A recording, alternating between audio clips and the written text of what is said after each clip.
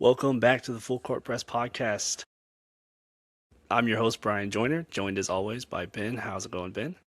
I'm doing well, man. End of the week, back at it again. Back at it It again, was man. it was Just to quite turn the around week. and do it again on Monday. I know.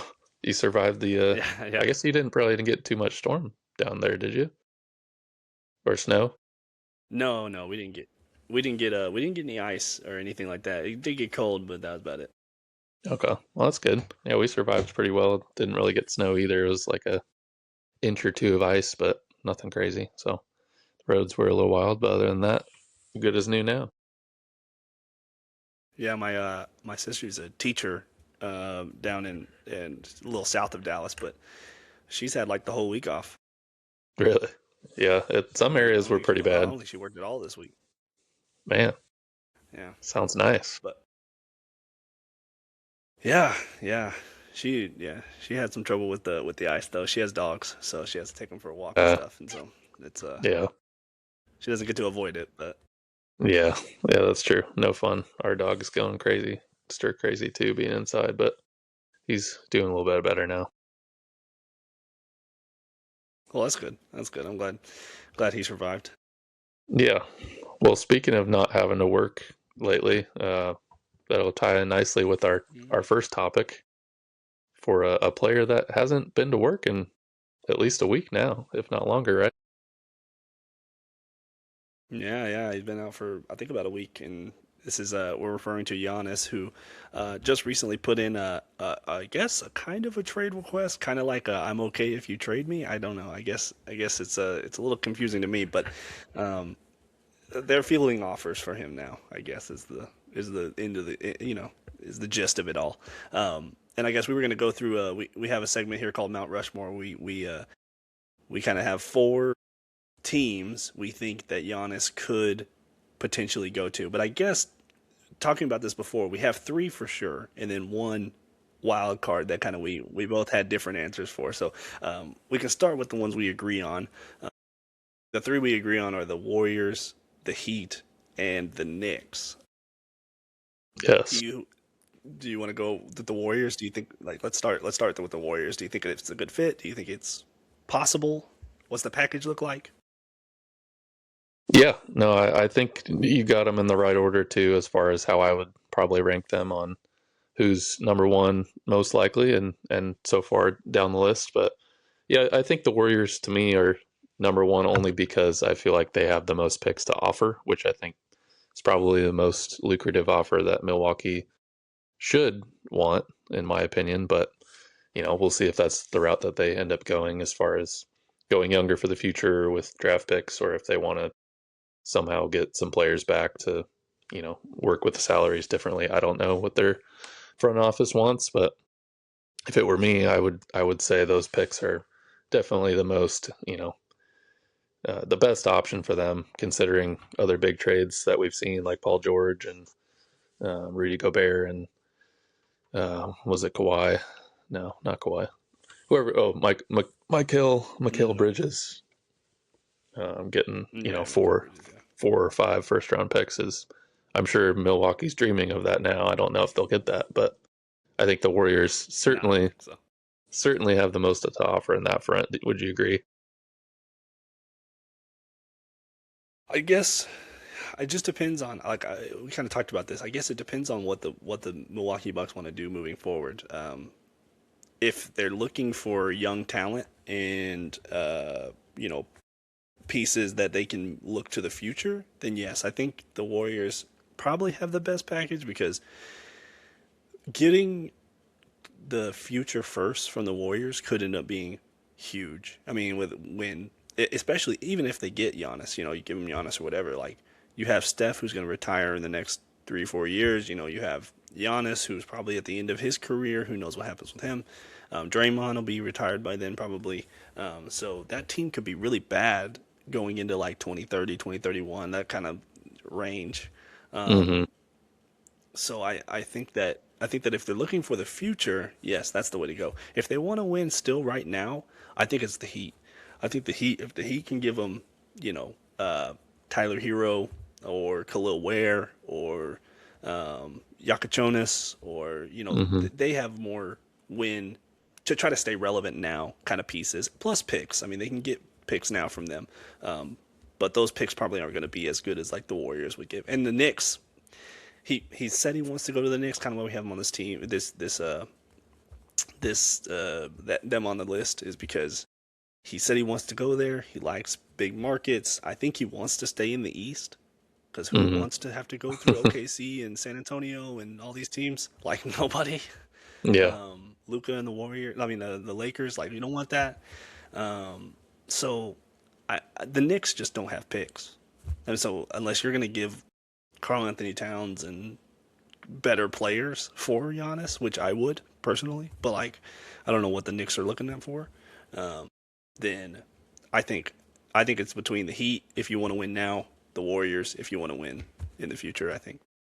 Yeah, I agree with that assessment, and I think too it'll really just depend on what those on the flip side what those teams want to give up because Giannis can say all he wants like well, I don't I'd never request a trade, and obviously he doesn't want to be there anymore, and that's okay. I wish he would just say it, but these teams that are offering them picks or players like if I were the Warriors, like you said, we're probably going to be not so good in the next 2-3 years, and I don't think I want to jeopardize my future, even though we're kind of like you know, one Giannis away from making a playoff run, it's still a lot to give up for, the potential of, I mean, he's still got calf injury this year. He may not come back super healthy. And then they're already kind of a middling team to where this may not be their year anyways. So you're kind of hoping for a nice, 3 to 4 year window of Giannis, which could happen. But if I were the Warriors, I don't think that I would want to give up that many picks for him. Maybe two firsts or something, but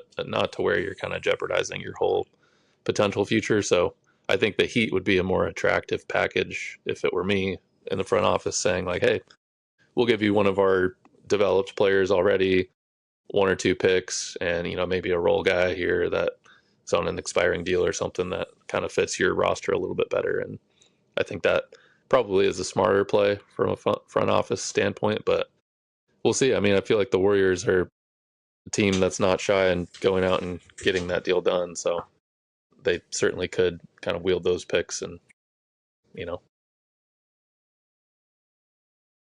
Yeah, the only thing that worries me about the Warriors is that if you look at their money in the next year or two, I mean, unless Jimmy Butler's in that deal, which he very well could be, but I don't know. I imagine that deal structured around Kaminga, mm, um, with his $30 million contract plus who knows what else, like a couple players here and there off the bench, maybe Quentin Post or something like that to make the money match. But um, I don't know. I think that it's hard for them to get there, and then later on in the next couple of years, they're going to be really hard pressed to against the cap. So I think they have a lot to figure out if they want to get Giannis. For the Heat, I think it makes total sense. I mean, I don't know necessarily how him and Bam kind of fit together. I think that could be a little bit of a struggle because they're both like mid post players, and Bam can't mm-hmm. stretch the floor, and Giannis can't stretch the floor. So I don't know what they do shooting wise. I don't know. I just don't know what getting Giannis by itself is obviously going to make any of these teams a contender right away. But I don't know Mm-hmm. if it pushes them past like the Spurs or the Oklahoma City Thunder. So Yeah, which, like you said, thankfully in the East, getting Giannis essentially puts you into the number one slot, regardless of what team he goes to. So that's kind of a big jump in the East. So I think that's probably why he wants to stay in the East, most likely. But obviously the Warriors may be aggressive in changing that. But having said that, there are other teams that we've debated, you know, who he could go to. A lot of them are in the East, but what are some other teams that could sneak in the back door that you're seeing? my big one is I think Charlotte. I think Charlotte has nothing to lose. I mean they're on the upward trend right now. They're playing really good, but you're not gonna win with Lamelo. I mean he's a great passer. He's fun to watch, all that stuff, and he was great for turning this franchise back into a franchise worth watching, which they really sucked for a long time after after Kimba moved on. Hmm. Um, but like their second leading score, or third. leading scorer in franchise history is Miles Bridges. So it's like that alone is like you. This franchise has just never had anywhere near a player like Giannis. So it's like, why not?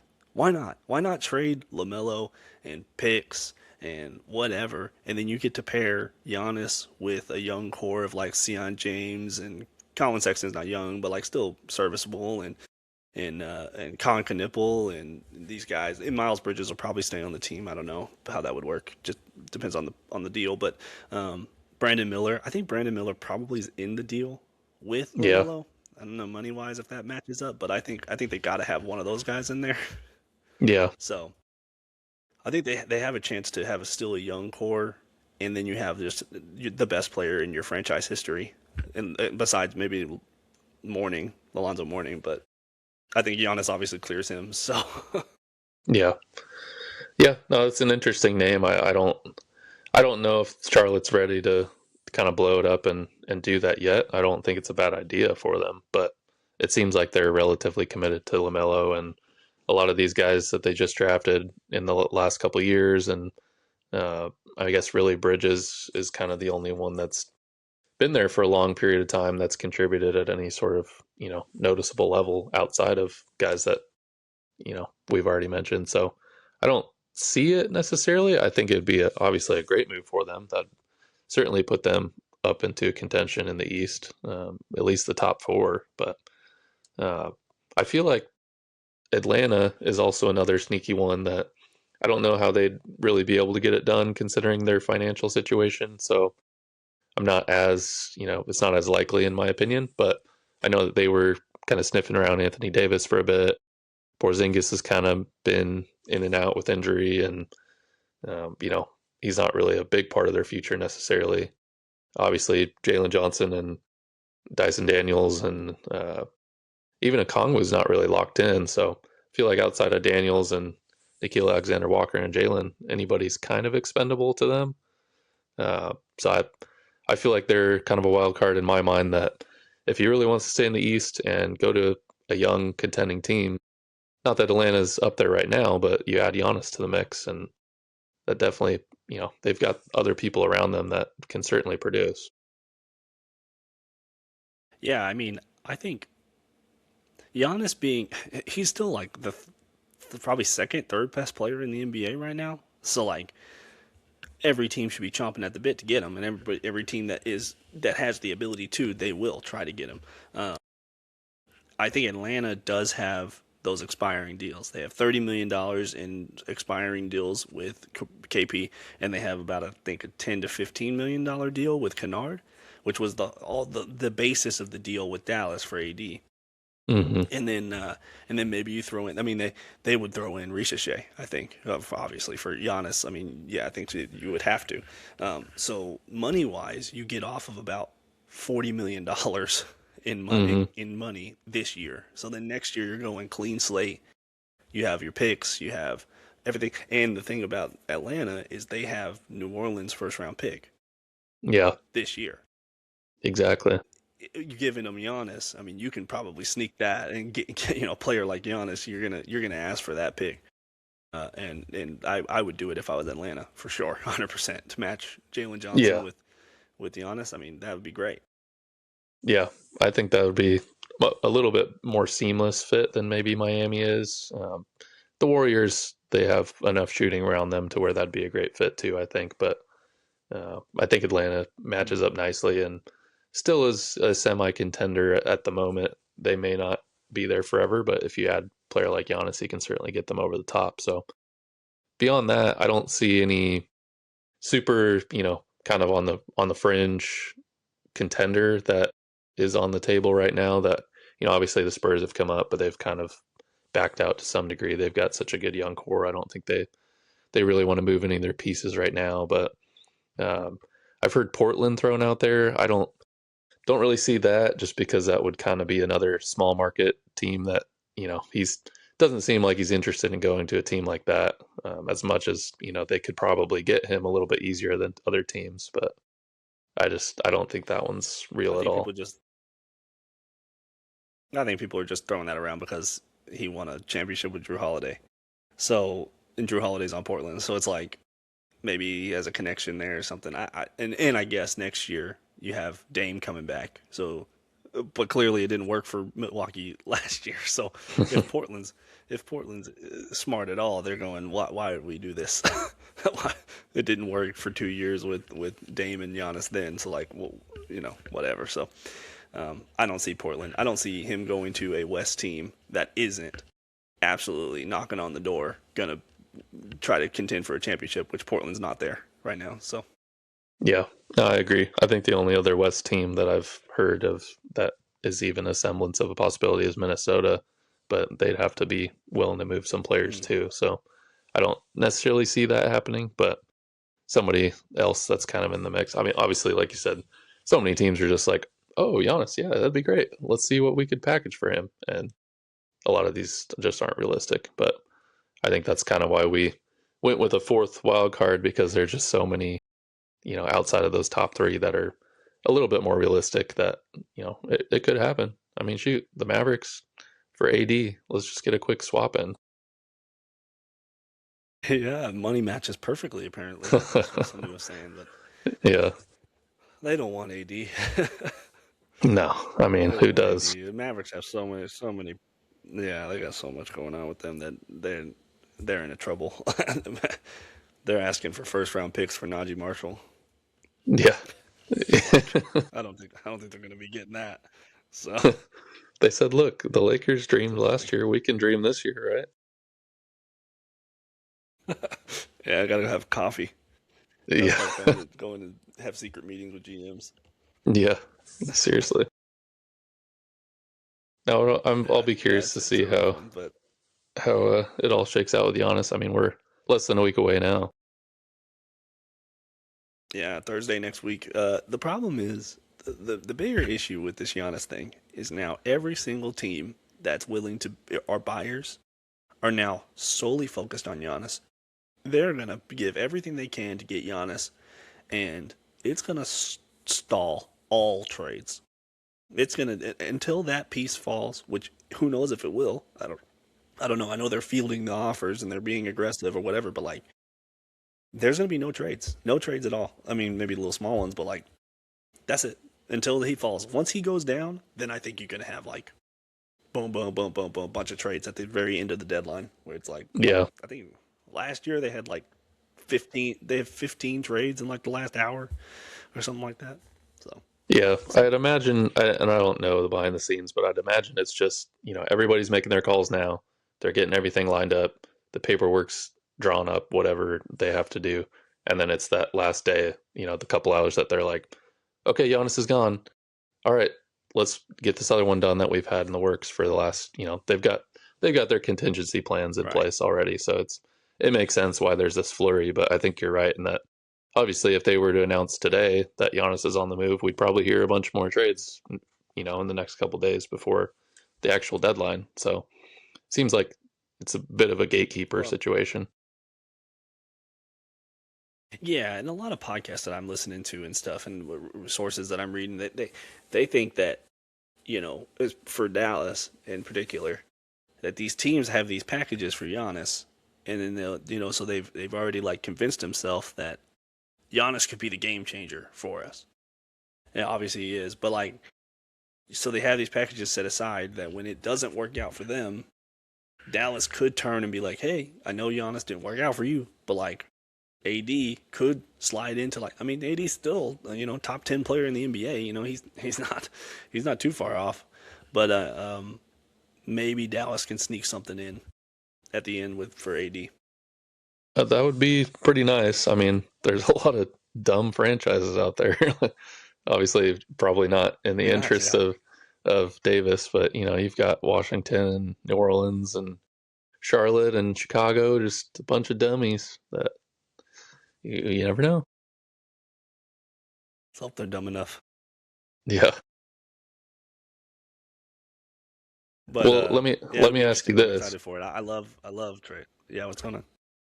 who do you want to see Giannis on if you had the choice?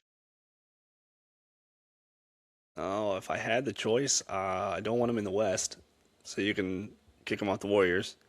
Um, I think I would like to see him on the Heat. I think the Heat fit well. I think they're an aggressive team.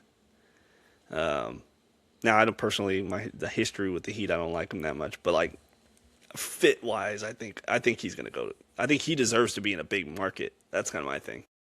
Okay. Yeah, I'd like to see him there. I feel like he fits the Heat culture pretty well, and I'm sure Spoelstra would love to work with him. So I think I'd like that. I think I'd like Atlanta too, just so that I can say I'm right. But Oh, yeah, yeah. I think. I mean, I'm not gonna put it past the Knicks. I know they don't have the picks to give up, but like if you're starting to talk about Towns and Hart or something like that, you can convince yourself if you're Milwaukee to be like, well, Towns is pretty good, and so we can kind of start there and build around Towns a little bit, but um, and obviously the Knicks being good in Madison Square Garden popping, that's always fun. that's true. I didn't really think too much, but I think it is just Towns that I don't like about the Knicks because I haven't really Yeah, gotten behind I the don't like Knicks. Towns either. No, I don't either. I mean, if you ever challenge Dirk, just I'm never gonna like you. But uh, like obviously we love Brunson. Good history with Brunson. I've always thought Hmm. Bridges is a decent player, and then I've always liked Josh Hart. So and OG's fine too. Nothing really either way on him. So I think it's really just Towns that kind of rubbed me the wrong way. I don't like the way he plays. I don't like if he seems like he's entitled and he's like thinks he's some like one of the greatest players playing, and it's like you can't win. Like you've gone to the Western Conference Finals once, and then the next season they traded you. So, Yeah, like, your franchises don't believe in you either. So it's like I don't know. And he just I hate and coming from a Mavericks fan, I watched Luca do it all the time. I hated it then. I hate people who just whine at the refs all game long, and he doesn't. yeah, He just whines at the refs all game long. I would hate to be a Knicks fan. Watch that every game. that's true. Yeah, yeah. I think that's kind of why it's always rubbed me the wrong way. So if Giannis goes there for Towns, then maybe I'll finally actually root for the Knicks to some level because I like the rest of their roster for the most part. Yeah, for sure. No, but I think that's good. It's good. It's interesting coming. I love trade deadline week. I think I talked about that earlier, but like I love trade deadline week. It's so much fun. So many rumors and stuff going on, and you just never know. And then all of a sudden, you get a Shams bomb, whatever you want to call it, Shams bomb. It should be a Woj bomb. Come on, Uh, we're the uh, Woj it generation. should be Woj. Yeah, I miss Woj, but he's doing his thing with Saint Bonaventure. Yeah, St. Bonnie's. But either way, yeah, that's where he went to school. Yeah, no, I know it's So yeah, awesome for him. glad to He's in see a him. good spot. It's fun. We'll have to do a trade deadline Yeah. related Yep. show next week. For sure. I think it'll be fun. By then, I think hopefully we can do it on Wednesday. We'll see. If we don't do it Wednesday, we'll do the reaction to each trade after the fact. Yeah, But yeah. Thursday might be hopefully good there'll be a too. bunch of Or rumors out there. yeah, we'll see. That'd be awesome. No, we'll do that. Um, but we can go on to our next segment where we kind of look back also at what we predicted. But it's Cop Shop Drop where we decide who we think you should acquire, who you think you should trade out for whatever reason, and who we just absolutely give up on, who's just not cutting it. Yeah, Um, yeah. do I mean, you want to unfortunately, start on a positive note or a negative? unfortunately, there's a lot of negative. So we've got to own up to some Yeah, stuff that we predicted in the last. I guess it has yeah, in our defense. It's been like 6 weeks since we did these, but I just pulled the last month because I feel like that was probably most appropriate. But even if you kind of look at the last 2 weeks, it doesn't help us. So we kind of had a tough segment from our last ones there. So we'll start it off with a couple of our guys that we said you should definitely go out and get these guys right now, hot off the press, in Khalil Ware and mm-hmm. Reed Shepard. And how did they do for us? Yeah. Khalil Ware, um, It's not doing so hot. He got relegated to the bench again, which I can't understand. Um, so he's not getting the opportunity I thought he would get. And then Reece Shepard, who was I believe Reece Shepard was your guy, right? He Or was, was it yeah. vice versa? Yeah. Do you have anything to say about Reece Shepard, who is down from 39 to 20? Yeah, he can't shoot at all. And also, his coach seems to still not trust him, probably because he can't shoot, which is realistically all that he's out there to do is shoot and get steals. But uh, yeah, it's been an Not interesting play defense. rotation. No, yeah, I mean he doesn't play defense other than the occasional steals, which he was kind of racking up at the time. So I thought he'd be a good candidate It's a for weak stat. increased minutes and a little bit more usage. But it's kind of trended the other way, where he's not getting any stats at this point. So and then Khalil Weir too. Like you said, he's back to the bench, which it seems like he's got some standing beef with Spoelstra because Spoelstra does not want to play him, and it's not even just like he's got sporadic minutes here and there, but he's had some comments like in post game interviews where he's just like essentially ragging on Ware for not putting in the effort, whether it's practice or something we're not seeing. I don't know. Yeah, I don't know what the deal is. I think maybe it's just him and Bam don't fit together, which is kind of where I'm. That's kind of what we talked about earlier, where I don't know the fit between with Giannis on that team, but we already talked about that. But yeah, he just kind of is just swimming along. I think he's looking to get traded. Obviously, I think they're going to move him if they can. If they're going to get a package because he's a good player, um, but like I don't know what that. I mean, they're not going to play him at all. He's a stretch big. He blocks shots. He rebounds. He finishes around the rim well. I don't understand why. I just don't. Yeah, it's got to be something like mentally with him and Spolstra, I think, to where Spolstra just refuses to start him with Bam. And then obviously, like you said, the fit is one thing. So, but I mean, Ware was putting up good numbers there for the first couple games of that. Bam was out for a little bit, but then even when Bam was back, Ware was still kind of filling it up for a minute. But then just the last, 2 to 3 weeks now, it's just been all downhill. Yeah, there's something internal going on that we don't know about. It's got to be that because it's not his play. Because every time he plays, he gets 30 plus fantasy points a game. So it's like Yeah. I don't know, something going on. Yeah. Well, on a slightly more positive note, our guys that we said to go ahead and shop, try and get rid of, honestly, not too bad. We got one W in there, Franz Wagner. Obviously, he missed a ton of time with his injury, but even with that injury coming back, I mean, now he's injured again because, again, they rushed him back too quickly from his injury. But uh, aside from I didn't even that, know that. he's just, yeah, I mean, he came back to play in Germany because that's where he's from. And then he played like 2 games after that and re-aggravated his ankle, and now he's, you know, out again. So hate to see it. Yeah. I don't know. I mean, Buzelis, he goes from 30 to 33, so I don't know. Like, I think shopping him was okay, because like, yeah, he produces a little bit more, but what you could have gotten for him, maybe if you pulled off the right move, maybe benefited you more than 3 points more than was averaging. Um, but yeah, Franz, that was if you were able to move him. I mean, what a deal. Yeah. Yeah, I mean, you certainly could got a lot more for Franz, but like you said, Buzelis, it's actually less than 3, probably 2.5, 2.3.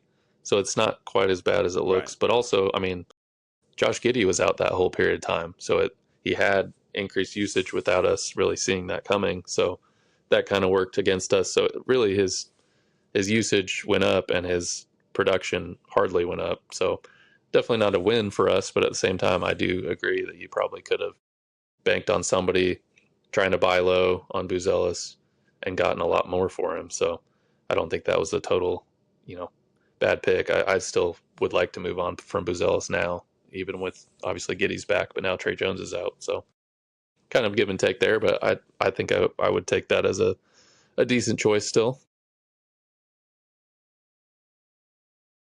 No, for sure. I'm happy with the picks that we made at that point in time.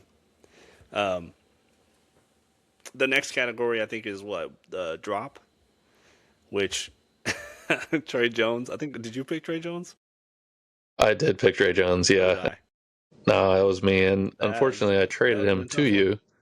Yeah, I mean, Yeah, he cooked that's for right. like obviously Giddy was out for 3 weeks, and he just lights the world on fire. And I'm like, Yeah. you couldn't have been doing this before, but I guess it does take your starting point guard to be out. So yeah, he basically, fifty But this is what he percent did. increase. This is what he did at the beginning of the season because Kobe White wasn't playing, so he was getting starter minutes, getting starter usage, and he's an efficient guy. I mean, 32% from three is not great. 5 assists a game, 6 assists a game, 12 points. It's pretty good. And then let's see, what were steals? Steals were 1.3 steals a game. I mean, he's an efficient point guard. It's just when that team is healthy, they just put him on the bench. Yeah, exactly. Which I figured at the time he was trending down, and I was ready to move on.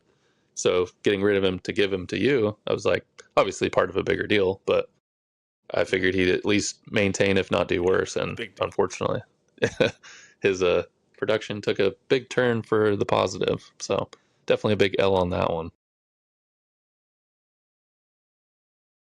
Yeah, yeah, and then my guy Isaiah Collier, who went from 24 and a half or so, a little over, to 29 and a half.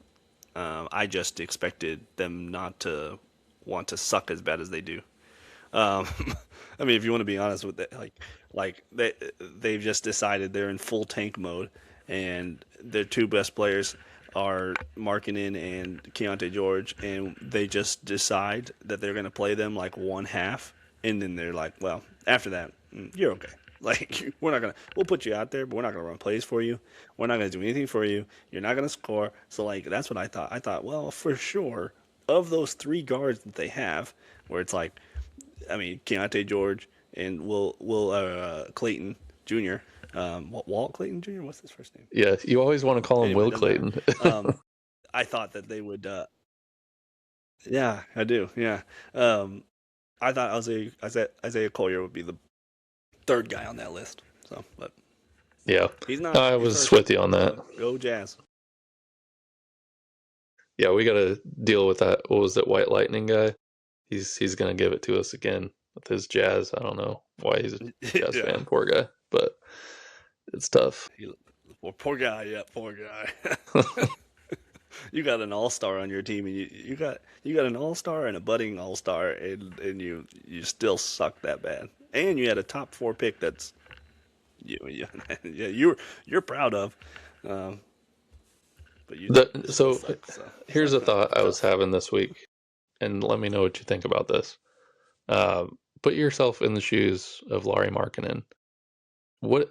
How do you think these Mm. conversations are going behind closed doors? Of like, all right, Laurie, look, so we brought you in from Cleveland. We're really excited to have you, or for Chicago, whatever. You've came around the block. We're excited to have you here. What we're going to ask you to do is you're going to get this big contract, but we only need you to play half the games. And we need you to get really good at pretending to be sick or injured or just don't show up. That's fine. We'll make it up an excuse. But like, are you cool with that? Are you cool, risking like your legacy essentially for stats and, winning, but we're going to pay you to play half the games. Like, what do you think that conversation's like? I think that well, this was the first contract that he got, right? This first big one. Um, I think he was stoked. I think he's like, hey, pay me. I don't care what you want me to do. You pay me, and now they're paying him 40 million a year or something like that, and it goes up from this year on, and then at the end of this contract, he may be like, all right, you need to move me because now I'm ready to kind of like win and get a Yeah. contract somewhere else or whatever. But or he'll look to get sign an extension and then get moved.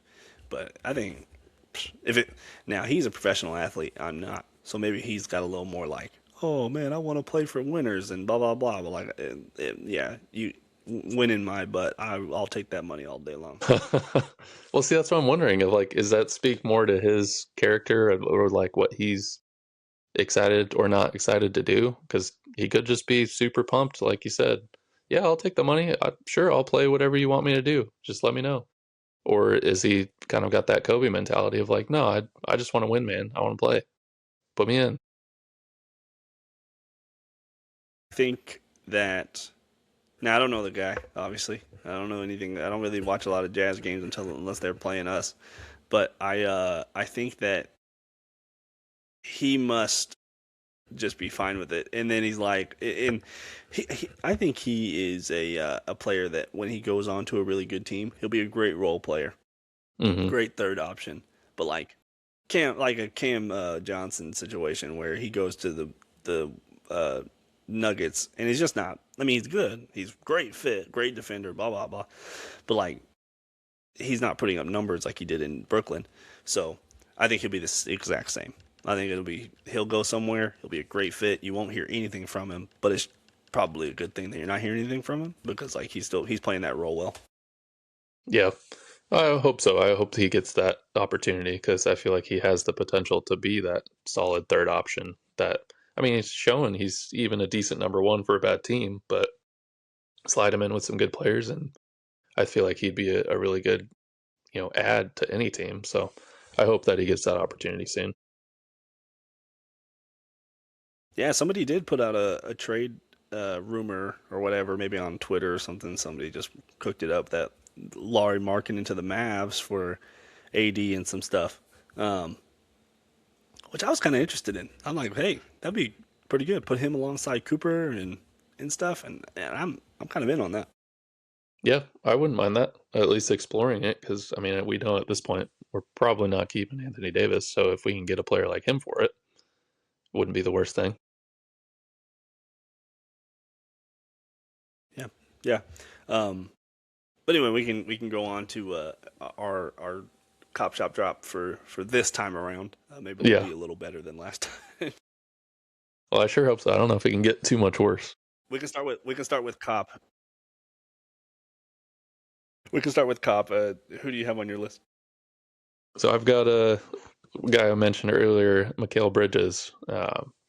He's really not doing super terrible, but everybody's kind of down on him right now.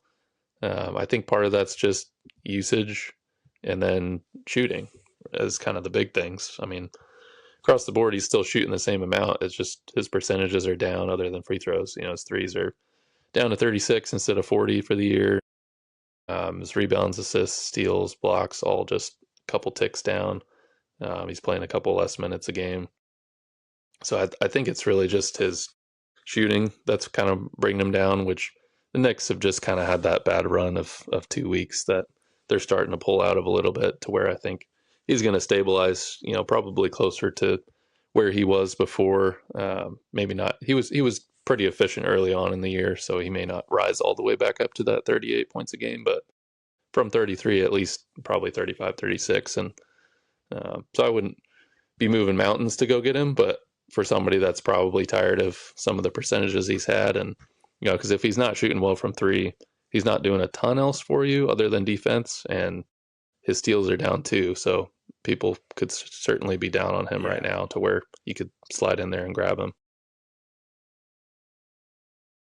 No, absolutely. I think he'd be a good get if you can. He's a little down on his averages for the season, but like you said, I think the Knicks just went through a little lull with Brunson out, and they don't really have a point guard behind Brunson. So like, I mean, Tyler Kolek, but what's he like? We talked about this last week. What's he doing for you? Um, so with Brunson getting back in the mix and kind of getting back up to his level of play, I think that just opens up the floor for Mikal Bridges in the future. Yeah, which don't you have him in our league, if I'm not mistaken? Yeah, I think so. Yeah, so I'm really hoping. Looks like I'm going to be sending you some trade requests here shortly. Hey, sounds good. It's always open. Well, that's my guy. Who do you got on this list? Actually, I'm kind of excited about your guy. Yeah, my guy's Max Christie. I mean, he's had a bad couple games, 2 games in a row, which I'm curious to see if he bounces back a little bit. I mean, yesterday was a little bit different because Cooper Flag scores 49 points, and so they were just force feeding him all games. Where, what were you gonna do? But this guy is shooting 46% from three, or I guess what is he? He's up to 46% or 43% for the season. But at one point he was 46% from three for the year. Mm-hmm. And the Mavs have come out and said basically that, hey, we want you to shoot 10, at least 10 threes a game. So, and they're running plays for him. They will find him in transition. And in transition, he runs straight to the corner. And they will Mm-hmm. find him. They zip the ball up to him. And he's not afraid to shoot it.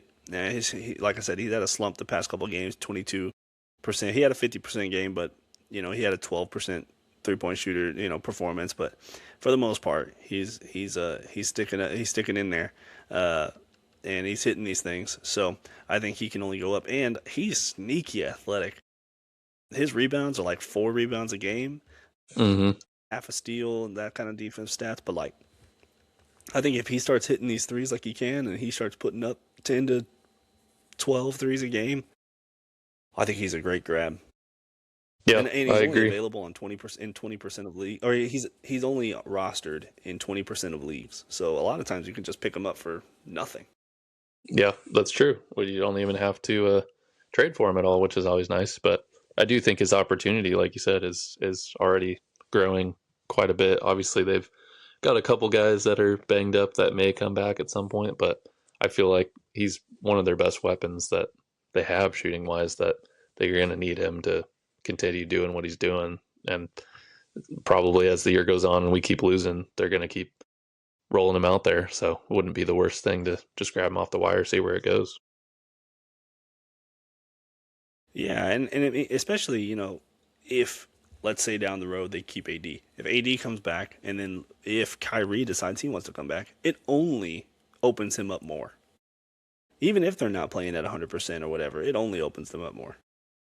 Yeah, that's true. I have thoughts about whether Kyrie's going to come back or not, but I do think, like you said, it's more about the ceiling being raised. So I don't think the floor is dropping out from under him the rest of the year. I think it's the opposite. It's only going to go up or maintain where he's at or been kind of throughout the year. So definitely worth not even a risk, just kind of a gamble on a a pick up here and there. For sure, for sure. Um, Going on to our next category, we have our shop category. Do you want to go over your guy? Yeah, Mr. Jusuf Nurkić, the fourth ranked fantasy player per average the last month. Is that insane? Fourth. Like, you can only name three That's people nuts. with a higher average than him the past month. Obviously, Jokic being out helps, but Wow, look what team he's playing for. yeah, Man, yeah, I know. It's somebody just has to such a do mess, something though. for that team. But so here's the obviously everybody's kind of aware that he only plays legitimately half the games. Like in the past month, in this month of January, the Jazz 30 days. I mean, obviously 31 days in January, but in the last 30 days, they played 15 games. How many has he played? Um, 15 games. I think he's played what, 10? He's played 8 games. Maybe less. 8. Yeah, only 8. And obviously he's been pretty dominant in those 8 games, which is why his average is so high. But like his usage is through the roof when he plays. He's shooting 13 times a game. He's shooting 55.5 from the field, 75 from the line, which is like significantly higher than what he usually does. And he's shooting 47% from threes. Like he's, and not on a low volume. Like he's shot 21 threes or something this month, which is, for, again, he's Yeah. only playing 8 games. That's like 2 to 3 per game. And he's making one, if not 1.5. And then his steals and blocks are about what you'd Yeah. expect, but his assists are way up, almost 50% as well. It's like they're just running everything through him when he does play, which is great. But can you really survive, the rest of the year with where he's going to maybe sit more? And then, do you want to deal with 50% games? You just move him to your IR every week. I mean, I know Doug's kind of dealing with this year, So I'm curious what you would do with him. I hate Nurkic. I hate this guy. I don't really like. I don't really like him as a player. I don't like. He's one of those guys that like we talked. I think we've talked about this before. He's one of those guys that just has bounced around to bad teams, and they just like take him on as a contract, and he plays good. I mean, he had three triple doubles in a row, which I Hmm. would imagine is unheard of in his career. Um, I just I guess it's just one of those things like we talk about where he has opportunity there. There's nobody else that's doing anything, and so decent players look good. He's still an NBA player. He's still a pro. I mean, like he still can play the game. Like he's good, and so it's just one of those things where he's going to produce as long as they want to tank. Yeah, I think so too. It's just if you're a roster, if he's on your roster, who are you shopping him for, or kind of what's your target there? Are you looking for? Are you trying to maximize that value of what he's giving you right now? Because he's giving you, like you said, top five per game value, but nobody's probably going to give you No, that. So no. what kind of what are you thinking? Do you hold on, ride it out until he's done, and then just drop him, move on, or do you think maybe I can get something for him? For him, I'm probably looking for somebody who's been pretty consistent, whether that's like 30 points, 30 fantasy points a game, and he's just like hitting that every single time. So you have this guy who's getting 46 fantasy points in the last 10 games, and so you look at that and you're like, well, cool, that looks great. So that's kind of what I'm looking at. I'm looking at somebody who's going to be consistent, who's not going to go up and down and whatever. So that's kind of what I would. Okay, so you'd rather do that than just kind of ride out the production you're getting, and Now, because like if you can get somebody scoring you 30 points, fantasy points a game, and he plays, let's say you play four times in a week, you're gonna get whatever. You're gonna get 120 points rather than you have Nurkic who may play one or two of those games, and yes, he's gonna get you right now. He's gonna get you 46 points average, hmm but you're never gonna. You have to have him play 3 games to beat that guy. right, It's just yeah, the numbers won't lie. You rather have somebody who's gonna play. yeah, that's true. It's just kind of crazy. Like one of the leagues I'm in, he's been picked up and dropped by multiple teams, and they've just kind of used him and then dropped him and whatnot. But I mean, as a guy that, like we said, he's been producing at a top 10, top five per game level. Like to see somebody like that on the wire is just so confusing, or it kind of just obviously we make sense of it, but it's just such a weird feeling of like, man, I could pick him up and he could have a great game, but then I'm not going to use him the rest of the week. So I guess I just do a one-time stream and then drop him and kind of just play this game with him. But it's a very very unique situation that Utah's created with a lot of their players, but especially him. Yeah, yeah, he's taking advantage of this opportunity. I think this is where you look at guys that aren't either guys that are out of the playoff picture, which a lot of you can find teams that are, and then maybe or you find guys that are on the verge. You're like, okay, this guy has been playing good, and you can look at your league and see like somebody is sitting right outside playoff picture, and their games are close right now. Hmm. That the game they're playing right now is close. You can look at them, and this is where you have to start really thinking about stuff like that, and you have to like look at them and be like, okay, here, what if you get Nurkic? He's playing whatever Thursday and Saturday. Like you can get good value there, and then you trade me somebody more consistent, maybe a little lower in points, but you're looking for long term Hmm. rather than short term burst.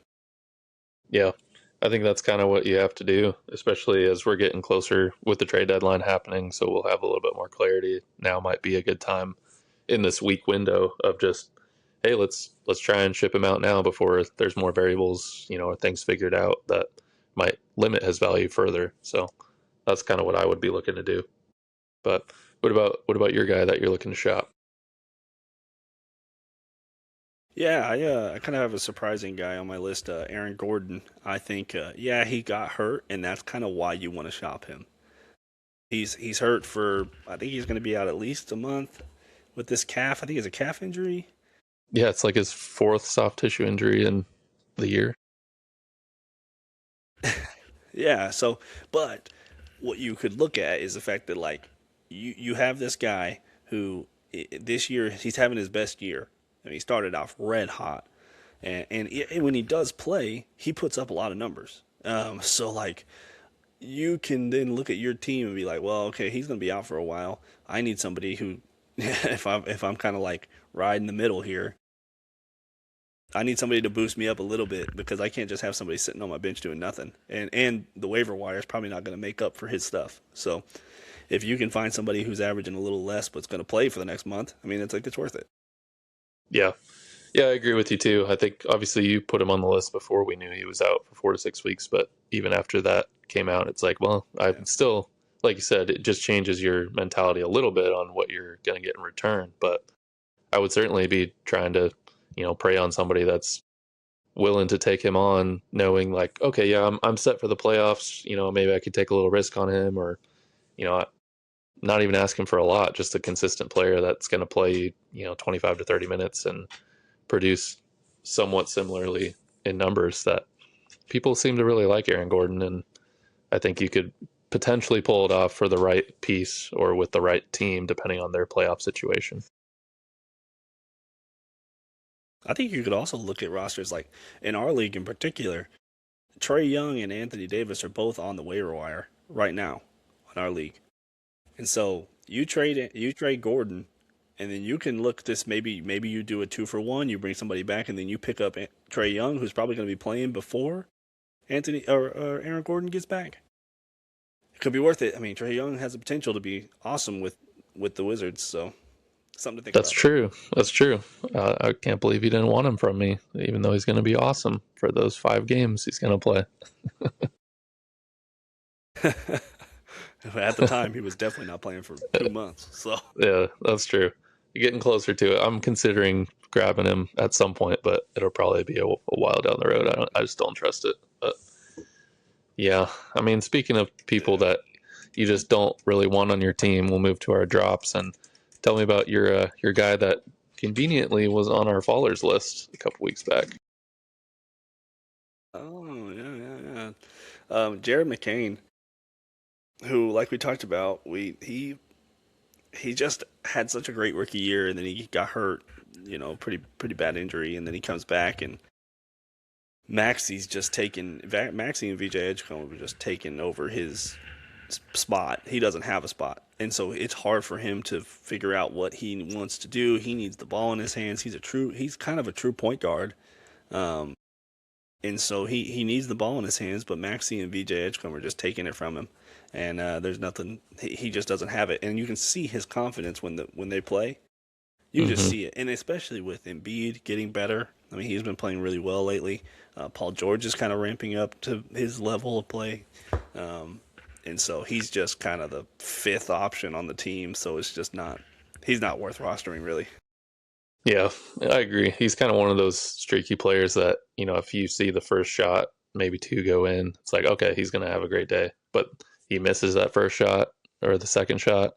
And then that's kind of it for him. His percentages are just abysmal right now. And that's even with having a couple, two decent games in there in the last couple games to where, I mean, he was in the G League for a while. He was that bad. And now they're bringing him back, trying to get him going. And Yeah. it's not completely working because, like you said, they've got other guys in his role that are just doing it a little bit better. So hopefully he gets a little bit more opportunity and they keep trying. But like you said, I don't think he's worth holding on to while they figure all that out. There's just a lot better options out there on the wire. Yeah, and this is a guy who was. I mean, I think hands down was going to win Rookie of the Year last year. Did he win Rookie of the Year last year? Did he He win? didn't because he only played like Who was I Rookie think of the Year last year? think he Sar? played 15 to 20 games. I don't know who the rookie was. It was Castle, Steph Castle, right? Oh, there we go. Yeah, yeah, right. And so I think if he doesn't get hurt, he was on the way to win it. He was awesome, and then he got hurt, so that sucks. But now it's just, yeah, you're right. He goes out there, he shoots his first couple shots. After that, he better make them because if you don't, then that coach is turning right to four other players and saying, "All right, well, not your night. We'll go with these guys." Yeah, yeah, exactly. Which it makes me wonder, like, were we just wrong on him for having that? He realistically he had 15 to 20 games last year that he was shooting, close to 50%. He was making threes. He looked great. But if you look before that, like his college, and all the other data we have on him, he's pretty much, a 40 to 45% field goal shooter, and then high 30s maybe from three, 36, 37 at best, and just on a lot of volume. So I don't know if he's really as good as we want him to be or as we thought he would be. It's just I think because he's looked so bad that it's kind of like, well, we thought it was going to be completely the opposite, so we're confused. But I think data's just showing us over time maybe he's not what we thought he was, and maybe he wouldn't have won Rookie of the Year if he continued to shoot like he is now after having a hot 15, 20 games last year. We don't know. Right? Yeah. No, you never know. The law of averages will always win. Yeah, So I think you're right. I mean, if you go back to college, I mean, he was decent. Anyway, it's just interesting to see how he just goes from injuries are just so huge. It's just like it is. Like it just shows that yeah, if you don't have your number one, number two guy. I mean, these guys are pros. They will look really good, and then you put them in a real system with legit all-star level players. They'll they'll show you kind of where they are after when those guys are actually playing. yeah, yeah. It's tough because I feel like he is kind of that player that you really want to have on your team that can just instantly catch fire. You know, I think back, we'll have to do a kind of a recap of our original draft at the end of the year just to see kind of all the successes and mistakes that we had in the draft. Because I took him in a lot of drafts just thinking, oh, last pick or second to last pick of the draft, this is going to be, a potential six man of the year type candidate. He might be my sixth or seventh best player, great value. And now I just don't even want to consider having him on my team. It's just not worth my time. No, I totally agree. I think that I don't know if he got picked up in our league this year or drafted, but I think I drafted him, but it's I just don't not. think he's Yeah, been like picked you up. said. What's that? I said I think I drafted him, but I dropped him shortly after when he was hurt, and I don't think anybody else has touched him. I don't think it's worth it. I just think that everybody can see that he's not producing at all. I mean, 9, 2, 4, 8, 2, 6, 0. I mean, then he has a 26 and 25, and then back to 6.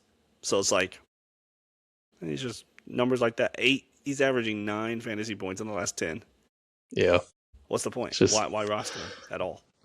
yeah, there's just not enough reward for a bunch of risk that you're just not going to really see any payouts from that. So, Yeah, yep, for sure. time to move on from him. No, but yeah. Do you want to go over your guy? Yeah, speaking of players I'd love to move on from, Anfernee Simons, just a notorious shot chucker, kind of the exact mold of player that I love to hate. And uh, man, it's obviously I was not high on him this year at all going to Boston. It just he was only decent in Portland because they had no one Really? else, and he was able to shoot 15 to 20 times a game and make some of them and kind of look like a decent scorer at times. But his percentages are just terrible. Almost 46 from the field. It's not abysmal. And he's shooting in the last month close to 44 from three, but that's kind of buoyed by 3 games of 20 plus points. Outside of that, the dude hasn't crossed 15 points in the last 15 to 20 games, other than those three. And so that's really all of these offering you right now is points. And that this is kind of in the last month, I'm thinking this is the best that it's going to be for him, his averages. So Oh, yeah. I'm not even interested at that point. Then I'm definitely dropping him because he doesn't give you anything else defensively, doesn't give you assists, rebounds. It's just all reliant on his 3-point shooting pretty much, which is 40 to 50% of his shots are just threes. So that drops at all, his value is immediately gone. And even now, it's very streaky to where he's only had 3 good games and the rest bad, if not, mid. So I'm just not interested in that type of player, and I'm definitely not interested with Boston having some guys in and out of the lineup. That's why he's gotten a little bit more opportunity this month, and I just don't see it sticking the rest of the year. Yeah, I think at the beginning of the year, the optimism was like it's either him or Pritchard. Like which one of them is going to be the second guy behind Brown? Um, and Pritchard just absolutely stole it. There's nothing that anybody can do. Like he snagged it and he's not going to give it back. Him and Hauser and White and these guys are just they're the ones that are taking the ball away from Anfernee Simons. And Anfernee Simons is an ISO type of guy. He's not a catch and shoot really guy either. So like, his Mm-hmm. 3 point percentage is what's he shooting right now? His 3 point percentage is For the 40. year, I guess it's it's 43% for the last how long? a month, but for the year, he's close to 40, just under Months 39. Yeah. So again, on yeah that's not bad, two made a game. So I mean, it's not terrible, but it's the fact that that's all he yeah, does. it's just yeah. You're right. Yeah, you're right. Yeah, and notorious shot chuckers are rough in fantasy because they get cold and that's it. Yeah. So I They'll just lose you game. They'll lose you game. yeah, absolutely. That's what I'm not interested in because he's not giving you any, like, his free throws are fine, 3 pointers are fine, but the volume on free throws is he shoots one a game for a guard, not great.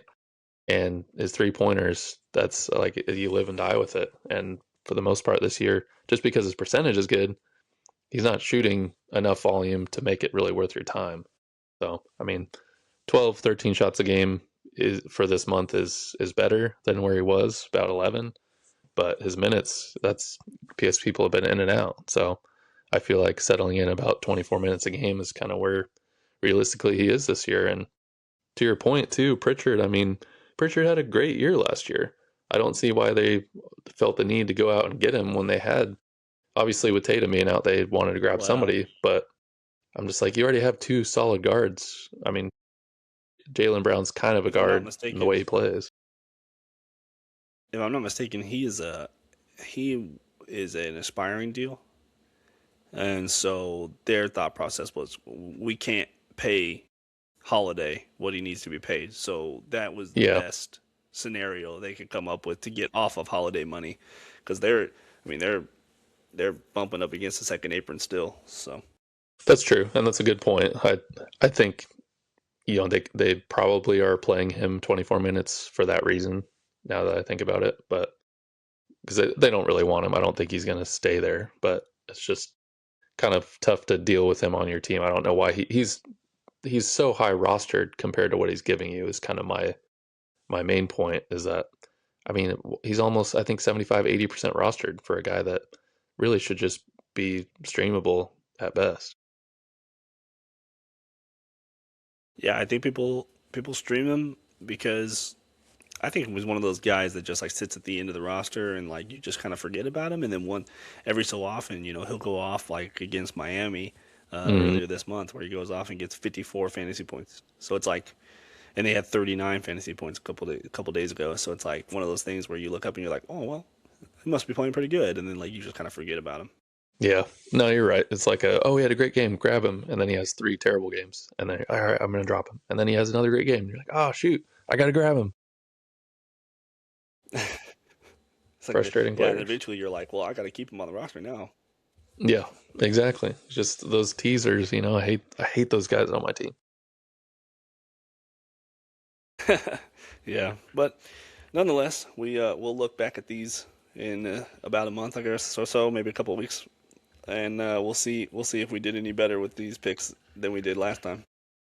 I feel much better about these ones this time. I mean, we've got some optimism in there, but I do feel like not a ton of risk, probably higher reward. I feel pretty confident going into the next 3-4 weeks. No, I totally agree with you. But as always, it's been a great show.